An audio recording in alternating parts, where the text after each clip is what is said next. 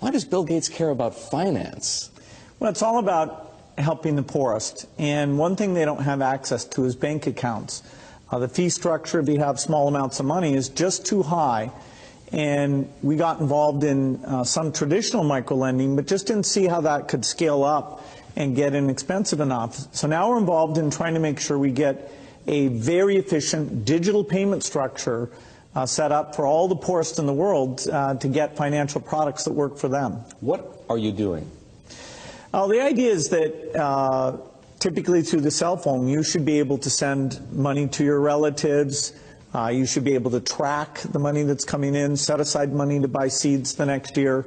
And there are countries where this is beginning to take off. Kenya, Bangladesh, even Somalia, maybe the last country you'd suspect, up in Somaliland, almost half of the GDP is done digitally. I don't need to tell you that the poor have been unbanked for as long as there have been banks. Why is this time different? Well, it's really the digital revolution. The poorest have bought cows, stored gold, put currency under their mattress, but they are getting cell phones. And the cell phone capability of identifying who's using the cell phone, letting you look at your spending patterns, that's going to be common sense. People are going to have help and lots of innovative products competing on top of this digital currency platform.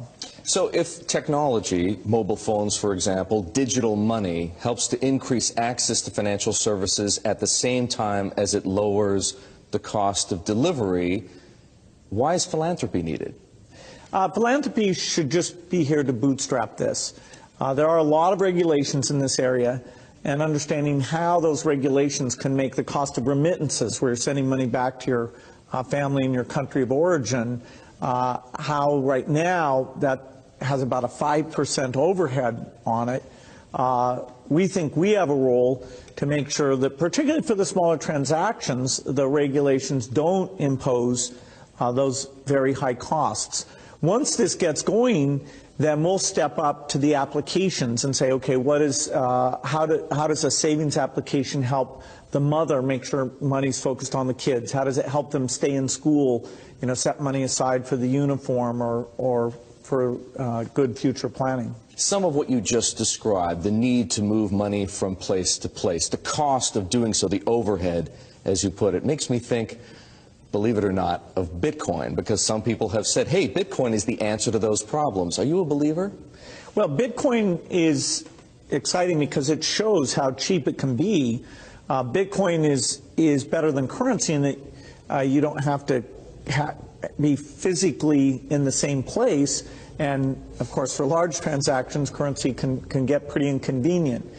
The customers we're talking about aren't trying to be anonymous. They're willing to be known. So the Bitcoin technology is key, and you could add to it, or you could build a similar technology where there's enough attribution that people feel comfortable. This has nothing to do with terrorism or any type of money laundering.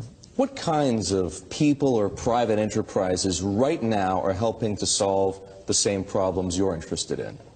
Well, in some countries, the mobile companies have been fantastic. In a few other companies, it's been the banks.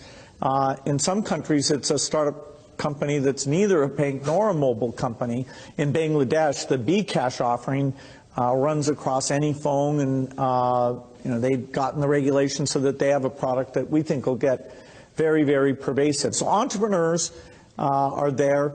The enablement this creates, if you want to put in, say, electricity in a city, collecting your bills is one of the reasons why the underspending of infrastructure in these areas is a real thing holding back the economy. You mentioned banks. Are the legacy institutions, for the most part, banks, credit card companies, payment processors, friend or foe? Many of them want to have these additional customers, but they have to embrace the idea that the fees are going to be a lot lower. And so they have to find a way to service these new customers. Now, that means these customers aren't going to be coming into their branches. and they can charge a higher fee when you want to actually cash out. But if it's a pure digital transaction, then you should be paying less than 1% to move that money from you to a merchant or from you to a friend, even with meeting all the regulatory requirements.